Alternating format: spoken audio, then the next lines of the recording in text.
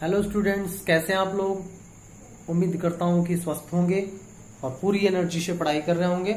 आइए class 9th में, जैसा कि आप जानते हैं कि चैप्टर 10 चल रहा था, जो टॉपिक समाप्त हो चुका है और जो है अब इस वीडियो से स्टार्ट हो रहा है क्वेश्चन की सीरीज। ठीक है, यानी कि प्रश्नों की श्रृंखला शुरू हो रही है आज से। जो एनसीईआरटी का टोटली क्वेश्चन आपको बताया जाएगा, न्यूमेरिकल से लेकर के सारे क्वेश्चंस बताए जाएंगे। आपके एनसीईआरटी बुक के अंदर ये सारे क्वेश्चंस दिए हुए हैं, जिसका आंसर जो है मैं बता रहा हूँ आप लोगों को। इसके अलावा और भी क्वेश्चन दिए हुए हैं जिसका आंसर लिखवाया गया है आप लोगों को टॉपिक के माध्यम से, तो वहां से आप लोग लिख लेंगे।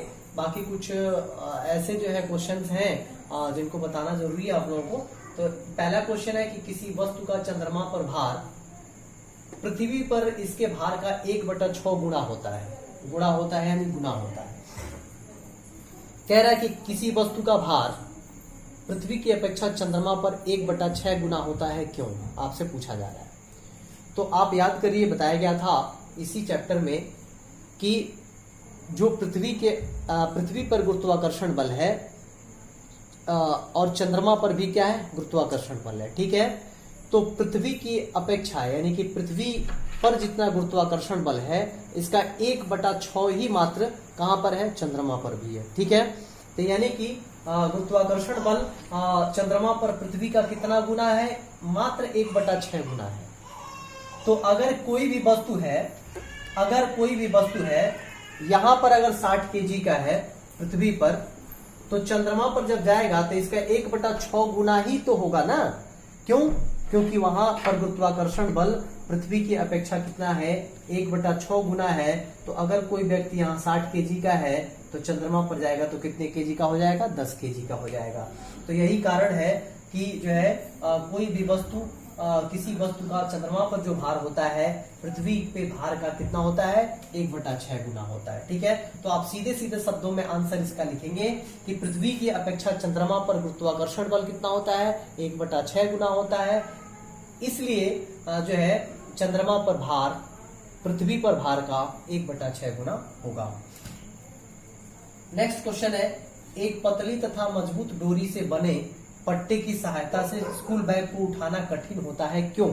अब जरा क्वेश्चन को समझिए कि जैसे मान लीजिए कि स्कूल बैग है, तो स्कूल बैग की जो बद्धी होती है, जो आप कंधे पे लटका के चलते हैं, तो वो चौड़ा होता है। अगर उसको डोरी नुमा बना दिया जाए, एक धागे की नुमा अगर बना दिया जाए और आपको कहा जाए कि अब बैग आप जो है उठाइए बैग को अपने कंधे पर, तो क्या होगा, बहुत ज्यादा कंधे पर जो है बल महसूस होगा, यानी कि दाब महसूस होगा। ठीक है, यानी कि आप जो है बैग को टांग नहीं पाएंगे, ठीक है, उठा नहीं पाएंगे, बिल्कुल जो है दर्द होगा। ठीक है, तो ऐसा क्यों, तो ऐसा इसलिए कि जब जो है डोरी का क्षेत्रफल, जब डोरी पतला होगा तो उसका क्षेत्रफल कम हो गया।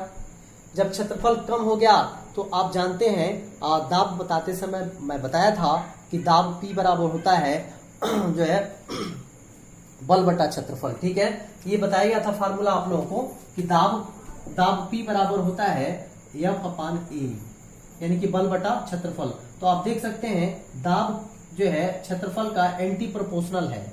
ठीक है, यानी कि क्षेत्रफल अगर बढ़ेगा तो दाब क्या होगा, घटेगा। क्षेत्रफल अगर घटेगा तो दाब क्या होगा, बढ़ेगा।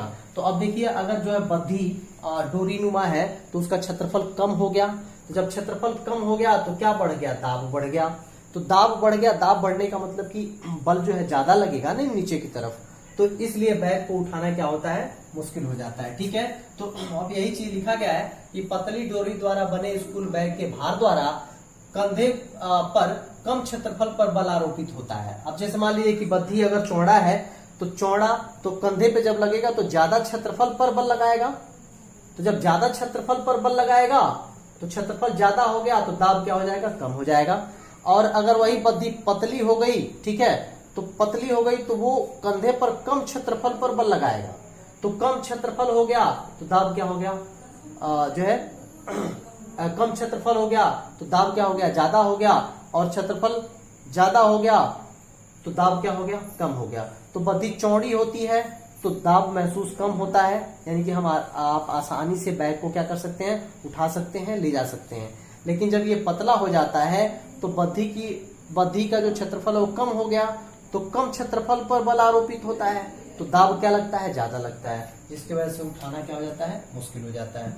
अब जो है नेक्स्ट क्वेश्चन है कि एक तुला पर आप अपना द्रव्यमान 42 किग्रा नोट करते हैं, क्या आपका द्रव्यमान 42 किग्रा से अधिक है या कम है? बहुत ही अच्छा क्वेश्चन है। एक तुला पर आप अपने आप को वेट कर रहे हैं, भार आप जो है मेजर कर रहे हैं, अपना द्रव्यमान मेजर कर रहे हैं, तो कितना बता रहा है मशीन, 42 किग्रा बता रहा है कि आप 42 किग्रा के हैं।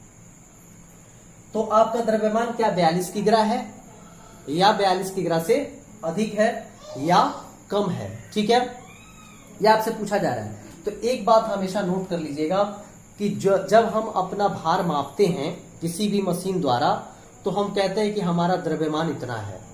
ठीक है, आप द्रव्यमान की बात करते हैं, भार नहीं। आप ये नहीं कहते कि हमारा भार इतना है, आप कहते हैं कि द्रव्यमान इतना है। इट मीन्स कि आप नाप क्या रहे हैं, आप भार मेजर करते हैं, लेकिन बताते क्या है कि हम द्रव्यमान मेजर कर रहे हैं। ठीक है, तो आप अपनी भाषा में कहते हैं कि द्रव्यमान हमारा द्रव्यमान इतना है, लेकिन आपने वास्तव में क्या मेजर किया, भार मेजर किया। ठीक है, और द्रव्यमान और भार में आप लोगों को अंतर बताया गया था। अगर आप में से किसी ने हमारा वीडियो इसके पहले जिसमें द्रव्यमान और भार बताया गया था नहीं देखे हैं, तो वहां जाकर के जरूर देख लें, जो है हमारे चैनल पे पड़ा हुआ है, यानी कि चैनल का नाम है mystery of physics bye Avinash sir. वहां जाएंगे तो ये वीडियो आपको मिल जाएगा, वहां से आप देखिए, तब ये समझ में आएगा। ठीक है, तो अब कहने का मतलब ये कि हम कहते हैं कि हम अपना भार जो है, हमारा भार इतना नहीं है, बल्कि हम कहते हैं हमारा द्रव्यमान इतना है। तो भार को हम क्या क्या डिनोट करते हैं, द्रव्यमान से डिनोट करते हैं, हम अपनी आम भाषा में करते हैं। ठीक है, तो अब जो है यहाँ पर कह रहा है कि हम 42 किग्रा के आपने मेजर किया किसी मशीन से, तो 42 किग्रा का बता रहा है। तो ये आपका जो 42 किग्रा बता रहा है किसी तुला से या किसी मशीन से, तो ये आभासी भार बता रहा है। ठीक है, आभास करा रहा है आपको, आभासी भार बता रहा है कि आप 42 किग्रा के हैं। ठीक है, अब जो है तो वास्तविक भार क्या होता है भाई? तो देखिए, जो वास्तविक भार होता है, वस्तु के आभासी भार में हम वायु का उत्प्लावन बल जोड़ दें। ठीक है, तो अब जरा समझिएगा कि उत्प्लावन बल तब क्या है, वायु का। ठीक है, जब भी आप कोई भी चीज मेजर करते हैं तो आपके ऊपर जो है एक वायु के द्वारा एक बल लगता है। ठीक है, जिसको हम क्या बोलते हैं, उत्प्लावन बल बोल सकते हैं, जो किसके द्वारा लगाया जाता है, वायु के द्वारा, हवा के द्वारा लगाया जाता है। ठीक है, तो अब जो है जब जो हम वास्तविक भार की कल्पना करते हैं, बात करते हैं, तो वास्तव में जो मशीन मेजर कर रहा है, तो मशीन आपका आभासी भार बता रहा है। तो आभासी भार जब भी कहेंगे तो वास्तविक भार में से जो है हम उत्प्लावन बल को, वायु के उत्प्लावन बल को क्या कर देते हैं, निकाल देते हैं, तब जो है वो आपका होता है आभासी भार। और हम वास्तविक भार निकालने के लिए आभासी भार में वायु के उत्प्लावन बल को क्या करेंगे, जोड़ देते हैं। ठीक है, तो अब यहाँ पर समझने की बात यह है कि हमारे ऊपर क्या लग रहा है, वायु द्वारा उत्प्लावन बल कार्य कर रहा है। ठीक है, उत्प्लावन बल बताया गया था आप लोगों को। तो अब होगा क्या कि हमारा जो वास्तविक भार होगा, मशीन द्वारा ज्ञात भार में उत्प्लावन बल जोड़ने से प्राप्त होगा। ठीक है, देखिए यहाँ पे लिखा हुआ है, हमारा वास्तविक भार मशीन द्वारा ज्ञात भार में, मशीन कौन सा भार बता रहा है, तो मशीन आभासी भार बताता है। तो आभासी भार में हम उत्प्लावन बल को जोड़ेंगे वायु के, तब जाकर के हमारा क्या निकलेगा, वास्तविक भार निकलेगा। और वास्तव में यहाँ पर क्या, मशीन ही आपका 42 किग्रा बता रहा है, यानी कि आभासी भार बता रहा है, आपका वास्तविक भार नहीं बता रहा है। तो वास्तविक भार कब निकलेगा, जब आप वायु के द्वारा लगने वाले उत्प्लावन बल को जोड़ देंगे। तो इसका मतलब कि 42 किग्रा में आपको वायु का उत्प्लावन बल जोड़ना होगा, तब जाकर के आपका वास्तविक भार निकलेगा। तो इसका मतलब मशीन अगर 42 किग्रा बता रहा है तो 100% जो है ये बिल्कुल गलत बता रहा है, इससे अधिक ही आपका भार होगा। क्यों? क्योंकि मशीन आपका आभासी भार बता रहा है, वास्तविक भार नहीं बता रहा है। और वास्तविक भार तब निकलता है जब हम आभासी भार में वायु के उत्प्लावन बल को जोड़ देते हैं। तो इसका मतलब 42 किग्रा में कुछ न कुछ ऐड होगा, जो कौन क्या होगा भाई, उत्प्लावन बल होगा। किसका होगा, वायु का। तो इसका मतलब हम जो एक्यूरेसी है 42 किग्रा द्रव्यमान से हमारा भार क्या होगा, यानी कि आपका अपना भार क्या होगा, अधिक होगा। तो ये जो है लिखा गया है, इस प्रकार हमारा द्रव्यमान 42 की ग्रह से क्या होगा, अधिक होगा।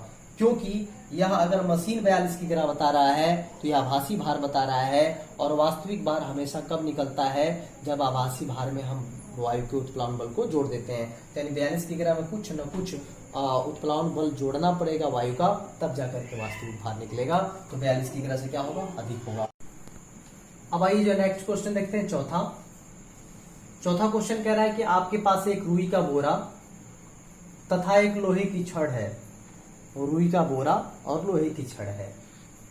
तुला पर मापने पर दोनों 100 केजी द्रव्यमान दर्शाते हैं। यानी कि 100 केजी का रुई का बोरा भी है और 100 केजी की छड़ भी है। ठीक है।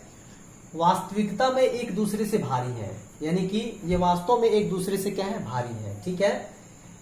क्या आप बता सकते हैं कि कौन सा भारी है और क्यों है?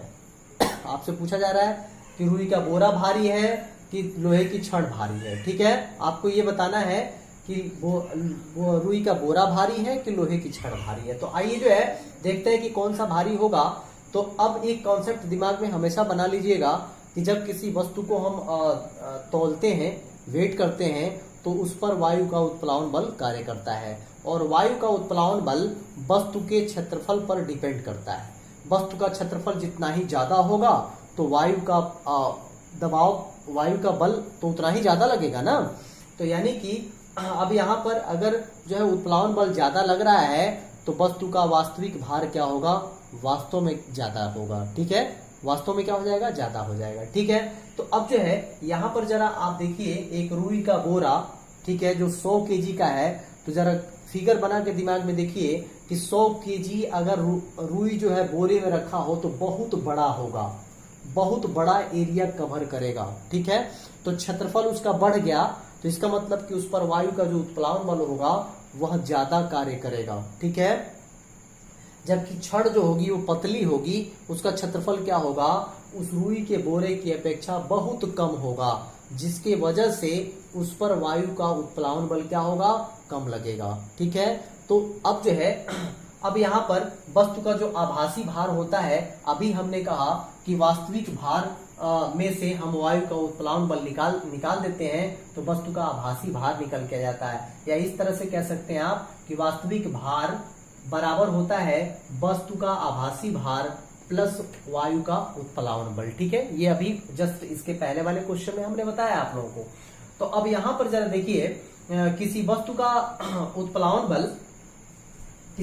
उत्प्लावन बल जो होता है उसके आयतन पर क्या करता है, निर्भर करता है, या कह सकते हैं कि उसके क्षेत्रफल पर भी क्या करता है, निर्भर करता है। यानी कि अब जो है बोरा जो है वो बहुत ज्यादा आयतन वाला है। ठीक है। तो इसका मतलब कि उस पर जो है उत्प्लावन बल ज्यादा लगेगा, जिसके वजह से रुई के बोरे का जो है आप कह सकते हैं कि भार जो होगा वह क्या होगा, ज्यादा होगा, और छड़ का भार क्या होगा, कम होगा। छड़ का भार इसलिए कम होगा कि उस पर जो उत्प्लावन बल लग रहा है वायु का वह कम लग रहा है, और बोरे पर, रुई के बोरे पर क्या लग रहा है, ज्यादा लग रहा है, जिसके वजह से वास्तविक भार की अगर बात करेंगे आप तो देखिए उत्प्लावन बल क्या हो गया, रुई के बोरे का बढ़ गया, तो आभासी भार में ज्यादा ऐड होगा बल। इसका मतलब कि वास्तविक भार क्या हो जाएगा, ज्यादा हो जाएगा। तो रुई के बोरे का वास्तविक भार क्या होगा, छड़ की अपेक्षा ज्यादा होगा। अब आइए जो है अब अभ्यास के प्रश्न सॉल्व करते हैं। जो एनसीईआरटी का अभ्यास का प्रश्न है उसका पहला क्वेश्चन है, यदि दो वस्तुओं के बीच की दूरी को आधी कर दिया जाए तो उनके बीच गुरुत्वाकर्षण बल किस प्रकार बदलेगा। तो बिल्कुल समझिएगा फिगर से। मान लेते हैं कि पहली स्थिति में एक वस्तु का द्रव्यमान m1 है और दूसरे वस्तु का द्रव्यमान m2 है, और पहली स्थिति में दोनों एक दूसरे से कितनी दूरी पर हैं, दोनों एक दूसरे से r दूरी पर हैं। तो इनके बीच लगने वाला आकर्षण बल क्या है, F है। इतना मान लिया गया। ठीक है। ये आपकी पहली स्थिति हो गई। ठीक है। दूसरी स्थिति में ये दोनों पास आ रहे हैं, और कितने पास आ रहे हैं, तो r/2 दूरी तक आ रहे हैं, यानी कि इनके बीच की दूरी कितनी हो जा रही है, आधी हो जा रही है। तो अब इनके बीच की दूरी अगर आधी हो गई तो द्रव्यमान तो वही रहेगा ना, द्रव्यमान तो बदलने वाला है नहीं, तो ये m1 m2 हो गया। ठीक है। अब इनके बीच की दूरी कितनी हो गई, इनके बीच की दूरी हो गई r/2, पहले r था अब r/2 हो गई। तो इनके बीच लगने वाला गुरुत्वाकर्षण बल मान लेते हैं क्या है, F डैश है। तो ये आपकी कौन सी हो गई, दूसरी स्थिति हो गई। ठीक है, अब चलिए पहली स्थिति के लिए लिख लेते हैं।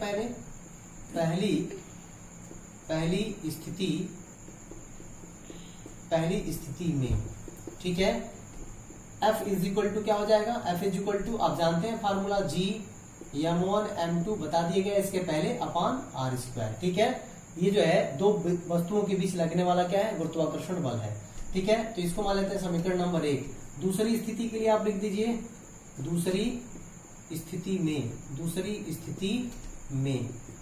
स्थिति में जब आप लिखेंगे तो अब ये दूसरी स्थिति आपकी है, तो क्या है, F डैश है, दो वस्तुओं के बीच लगने वाला गुरुत्वाकर्षण बल जो है आधी दूरी तक आ गए हैं। ठीक है, तो अब इनके बीच में G, ये गुरुत्वाकर्षण स्थिरांक, ये तो फिक्स रहेगा भाई, जितना इसका होगा उतना इसी स्थिति में होगा, और द्रव्यमान भी नहीं बदलेगा आपका, m1 m2 अपान बीच की दूरी बदल जाएगी, r की जगह पे क्या हो जाएगा, r/2, इसका क्या करेंगे, होल स्क्वायर।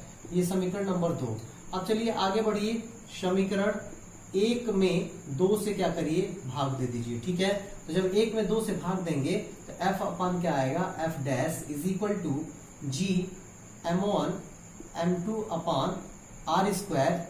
ठीक है, अपान क्या हो जाएगा, G m1 m2 अपान r/2 का होल स्क्वायर। ठीक है, अब आप देखेंगे G से G कट जाएगा और m1 m2 से m1 m2 पूरा कट जाएगा। अब इसके बाद से F अपान F डैश का मान निकाल के देखिए, तो ये क्या है, 1 अपान r स्क्वायर है, और नीचे 1 अपान, ये देखिए r स्क्वायर अपान 4 होगा, r स्क्वायर अपान 4। आगे जब आप सॉल्व करेंगे तो F अपान क्या होगा, F dash is equal to, अभी देखिए 1 अपान r स्क्वायर ऊपर और नीचे देखिए ये उलट के ऊपर जाएगा, तो 4 अपान क्या हो जाएगा, r स्क्वायर। और जब इसको सॉल्व करेंगे आप तो F अपान F डैश का मान जो आएगा, तो ये देखिए 1 अपान r स्क्वायर इंटू ये उलट जाएगा, r स्क्वायर अपान क्या हो जाएगा, 4, r स्क्वायर से r स्क्वायर कट जाएगा, तो F upon F dash is equal to 1 upon 4 होगा। इसको अगर आप सॉल्व करते हैं तो F dash is equal to 4F होगा। F dash is equal to कितना होगा, 4F होगा। F dash is equal to 4F। अभी देखिए क्या कहता है, F डैश क्या मान रखा था, जब दोनों पिंडों के बीच की दूरी आधी हो गई थी। तो जब दोनों पिंडों के बीच की दूरी आधी हो गई थी तो उस समय जो बल, गुरुत्वाकर्षण बल लग रहा है वह पहले वाले बल का 4 गुना है। तो इसका मतलब कि जब दोनों एक दूसरे से आधी दूरी पे आ जाएंगे तो उनके बीच लगने वाला गुरुत्वाकर्षण बल पहले की अपेक्षा कितने गुना हो जाएगा, 4 गुना हो जाएगा। ठीक है, तो यही चीज लिख देना है, अर्थात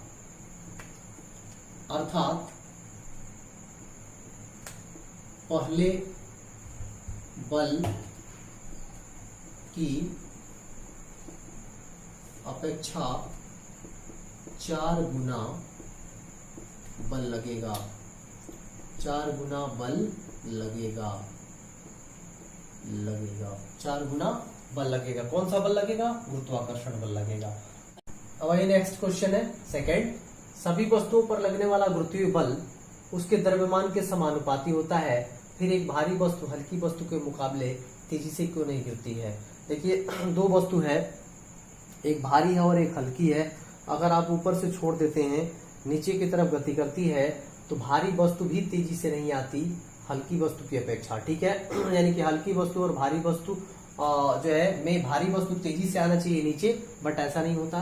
क्यों, तो इसका कारण ये है कि आप लोग याद करिए, या इसके पहले वीडियो अगर आप में से किसी ने नहीं देखा है तो 100% जाकर के हमारे चैनल पे देख लीजिए। पीछे स्मॉल g और कैपिटल G में संबंध बताया गया था आप लोगों को, और वो संबंध ये है, small g is equal to G me upon RE square, जहां me क्या है, जहां me बराबर क्या, पृथ्वी का क्या, द्रव्यमान, पृथ्वी का द्रव्यमान है, और RE क्या है, पृथ्वी की त्रिज्या है। ठीक है, तो यहां से अगर आप देखेंगे तो गुरुत्वीय त्वरण जो है वह वस्तु के द्रव्यमान पे निर्भर नहीं करता, क्योंकि इसमें कहीं भी वस्तु का द्रव्यमान नहीं आ रहा है।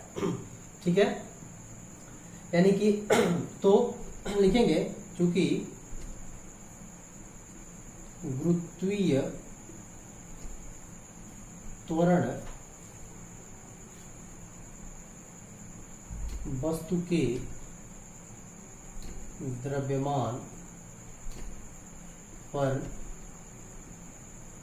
निर्भर नहीं करती है, अतः भारी वस्तु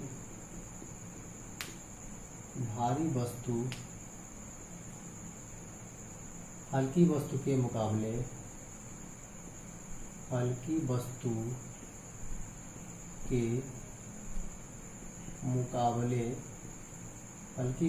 मुकाबले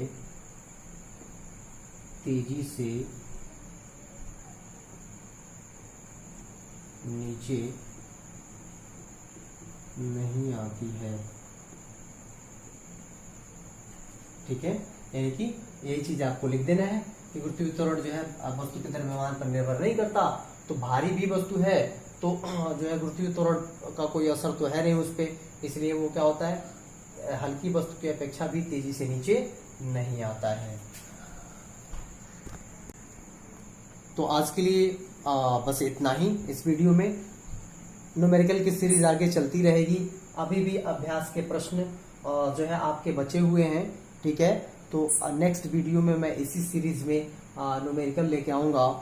तब तक जो है आप स्वस्थ रहिए और पूरी ऊर्जा से पढ़ाई करते रहिए। धन्यवाद।